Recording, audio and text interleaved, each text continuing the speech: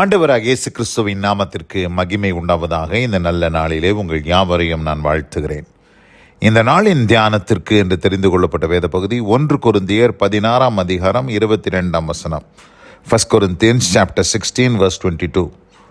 ஒருவன் கர்த்தராகிய இயேசு கிறிஸ்துவினிடத்தில் அன்பு கூறாமல் போனால் அவன் சபிக்கப்பட்டவனாய் இருக்க கடவன். கர்த்தர் வருகிறார்.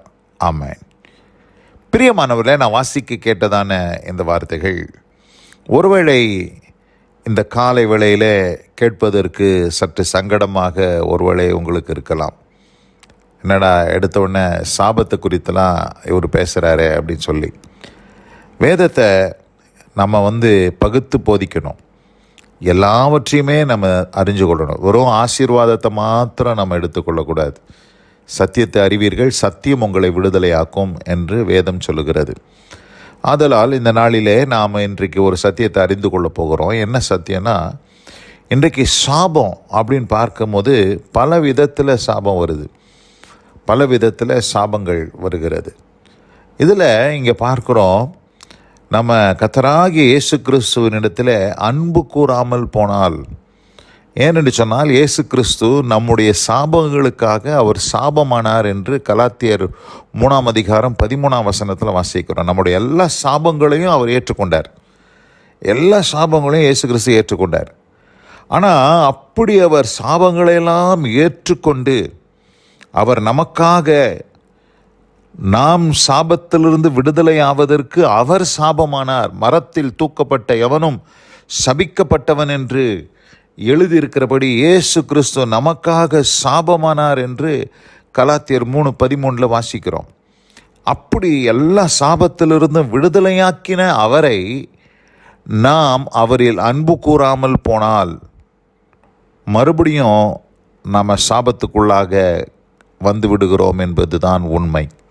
அதை தான் இங்கே அப்போஸ்தலனாகிய பவுல் சொல்லுகிறார். ஒருவன் கர்த்தராகிய இயேசு கிறிஸ்துவினிடத்தில் அன்பு கூறாமல் போனால் அவன் சபிக்கப்பட்டவனாக இருக்க கடவன் என்று சொல்லி இங்கே ரொம்ப தெளிவாக சொல்லுகிறத நம்ம வாசிக்கிறோம். ஏனென்று சொன்னால் இயேசு கிறிஸ்து நம்மீது அவர் அன்பு கூறுகிறார். இயேசு கிறிஸ்து பாருங்கள், நம்மீது அவர் அன்பு கூறுகிறார். அவர் நம்மேல் வைத்திருக்கிற அன்பு பெரியது. 1 யோவான் 4 அதிகாரம் 8 வசனத்தில் வாசிக்கிறேன். தேவன் அன்பாகவே இருக்கிறார். தேவன் எப்படி இருக்கிறாரு? அன்பாகவே இருக்கிறார். தேவன் என்று சொன்னால் காட் இஸ் லவ். நிறைய பேர் லவ் இஸ் காட்னு சொல்கிறாங்க. லவ் இஸ் காட் கிடையாது, காட் இஸ் லவ். தேவன் அன்பாகவே இருக்கிறார். அன்பு தேவன் அல்ல, தேவன் அன்பாகவே இருக்கிறார். அப்போது ஆண்டவர் அன்பாகவே இருப்பதினால் அவர் நம்மில் அன்பு கூறுகிறார். அவர் நம்மில் அதிகமாய் அன்பு கூறுகிறார். அவர் நம்மை நேசிக்கிறார். யோவான் சுவிசேஷத்தில் நம்ம வாசிக்கிறோம், 15 அதிகாரத்துக்கு திருப்பிக் கொள்வோம். அந்த 15 அதிகாரத்தில் அவர் என்ன சொல்கிறாரு பாருங்க. ஒருவன் தன் சிநேகிதனுக்காக தன் ஜீவனை கொடுக்கிற அன்பிலும் அதிகமான அன்பு ஒருவனிடத்திலும் இல்லை. யோவான் 15:13. ஒருவன் தன் சிநேகிதருக்காக தன் ஜீவனை கொடுக்கிற அன்பிலும் அதிகமான அன்பு ஒருவனிடத்திலும் இல்லைன்னு சொல்கிறார். அப்போது இன்றைக்கு ஆண்டவர் நம்மை பார்த்து என்ன சொல்கிறார் பார்த்தீங்கன்னா, சிநேகிதர் என்று சொல்லுகிறார்.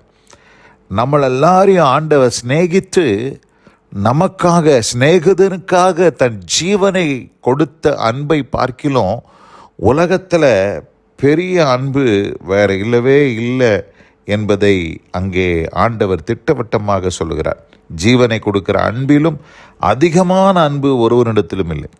அப்போ ஆண்டவர் நமக்காக தன் ஜீவனை, நம்மை சிநேகித்ததினாலே, நம்மை சிநேகிதர் என்று அவர் சொன்னதினாலே, நமக்காக ஜீவனை அவர் கொடுத்ததினாலே, அந்த அன்பிலும் பெரிதான அன்பு வேறொன்றுமில்லை.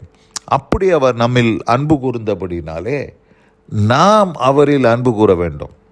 தேவன் நமக்கு கொடுத்திருக்கிற கட்டளை என்ன கட்டளை அப்படின்னு பார்க்கும்போது, இந்த இடத்துல பார்க்கும்போது லூக்கா சுவிசேஷம் 10 அதிகாரம் 25 வசனத்தில், அப்பொழுது நியாயசாஸ்திரி ஒருவன் எழுந்திருந்து அவரை சோதிக்கும்படி, போதகரே, நித்திய ஜீவனை சுதந்தரித்து கொள்ளும்படி நான் என்ன செய்ய வேண்டும் என்று கேட்டான். அதற்கு அவர், நியாயப்பிரமாணத்தில் என்ன எழுதியிருக்கிறது, நீ வாசித்திருக்கிறது என்ன என்றார். அவன் பிரத்யுத்தரமாக, உன் தேவனாகிய கர்த்தரிடத்தில் உன் முழு இருதயத்தோடும், உன் முழு ஆத்மாவோடும், உன் முழு பலத்தோடும், உன் முழு சிந்தையோடும் அன்பு கூர்ந்து. நித்திய ஜீவனை சுதந்திரித்து கொள்ளணும்னா நாம் செய்ய வேண்டியது முழு ஆத்மாவோடும், முழு பலத்தோடும், முழு சிந்தையோடும், முழு இருதயத்தோடும் நாம் ஆண்டவரிடத்தில் அன்பு கூற வேண்டும். அன்பு கூர்ந்து, உன்னிடத்தில் அன்பு கூறுவது போல் பிறனிடத்திலும் அன்பு கூறுவாயாக என்று எழுதியிருக்கிறது என்றான். அப்போது இதை தான் ஆண்டவர் செய்ய சொல்கிறார். அப்போது நம்ம நித்திய ஜீவனை சுதந்திரித்து கொள்வதற்கு தேவனிடத்தில் அன்பு கூறுகிறதே அல்லாமல் வேறு ஒன்றையும் ஆண்டவர் நம்மிடத்தில் கேட்கவில்லை. அப்படி இருக்க பிரியமானவர்களே, இந்த அருமையான இந்த ஆசீர்வதிக்கப்பட்ட இந்த மன மகிழ்ச்சியினுடைய இந்த நல்ல நாளிலே ஆண்டவர் எவ்வளோ வைராக்கியமுடையவராய் இருந்தால் ஆண்டவர் இப்படிப்பட்ட ஒரு வார்த்தையை சொல்லியிருப்பார். ஒருவன் கர்த்தராகிய இயேசு கிறிஸ்துவினிடத்தில் அன்பு கூறாமல் போனால் அவன் சபிக்கப்பட்டவனாய் இருக்க கடவன். பிரியமானவர்களே, இந்த அருமையான இந்த நல்ல நாளில் கூட நாம் அப்படிப்பட்ட ஒரு சாபத்தை நாம் வாங்கி கொள்ளவே கூடாது. ஆதலால் நாம் தேவனிடத்தில், இயேசு கிறிஸ்துவினிடத்தில் அன்பு கூறுகிறவர்களாய் நாம் இருக்க வேண்டும். அப்படிப்பட்ட அனுபவத்தை உடையவர்களாக நாம் மாற நம்மை ஒப்பு கொடுப்போம். அப்படி நாம் இயேசு கிறிஸ்துவில் அன்பு கூறும்போது சாபங்களிலிருந்து நம்மை விடுதலையாக்கின இயேசுவினிடத்தில் அன்பு கூறும்போது மறுபடியும் நாம் சாபத்துக்குள்ளாகாமல் ஆண்டவர் நம்மை பாதுகாக்க வல்லவராக இருக்கிறார். இந்த அருமையான இந்த நல்ல நாளில் கூட இந்த வசனத்தை கேட்டவங்க ஒவ்வொருவரையும் கர்த்தர் தாமே ஆசீர்வதித்து காப்பாராக. God bless you all. ஆமென், ஆமென்.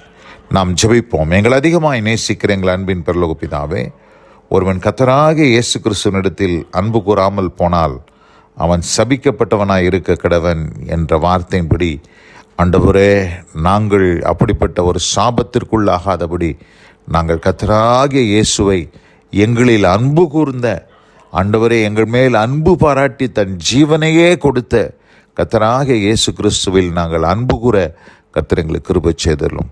ஆண்டவரே, அப்படிப்பட்ட சாபத்திலிருந்து எங்களை விடுதலையாக்கும். உம்முடைய கிருபைக்கு தாழ்த்துகிறோம். இயேசு கிறிஸ்துவின் வல்ல நாமத்தில் பிதாவே. ஆமென், ஆமென்.